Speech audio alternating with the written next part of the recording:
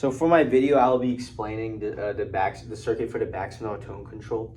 So what this tone control does is splits your signal, and it splits the low frequencies over here in the bass side and the high frequencies of the treble side. And then there's these things called potentiometers that change the amount of resistance and change where the wire is, so that it can attenuate as much bass or treble frequencies that you want, as long as you put it at you put more resistance or not.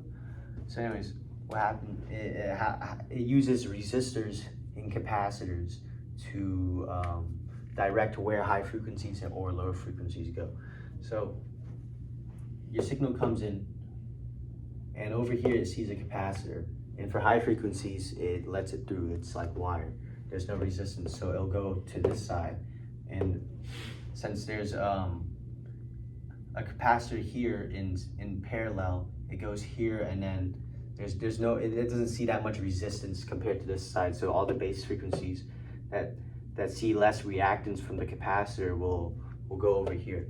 And you can use the potentiometers to attenuate as much frequencies as you want, because all this signal is trying to go all to the middle and then out to the output.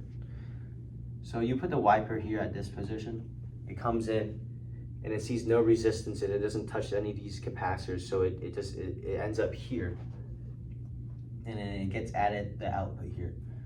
And then, but here, if you at the treble side, you put your potentiometer here, your signal comes in, goes through here, it doesn't see any resistance, so it ends up in the middle, and it all gets summed up from the high frequencies here.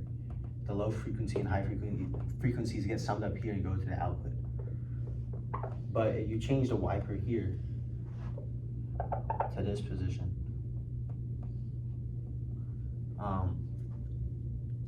it sees a lot of resistance, so not as much as the signal comes in. So a lot of the low frequencies are just attenuated.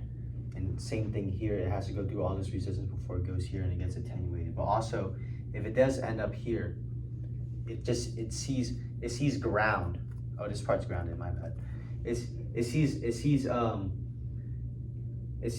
a capacitor here, so it's like wire. There's like no resistance here, because over here, like your output's gonna have some impedance, because this part of the circuit still has it's still other stuff. But if it sees ground, and ground is where it's like an infinite sink, so it's where all your current goes. If it sees this capacitor, it sees like no resistance, and it just goes to ground. Same thing at the low frequencies, it just goes to ground because it sees no resistance here.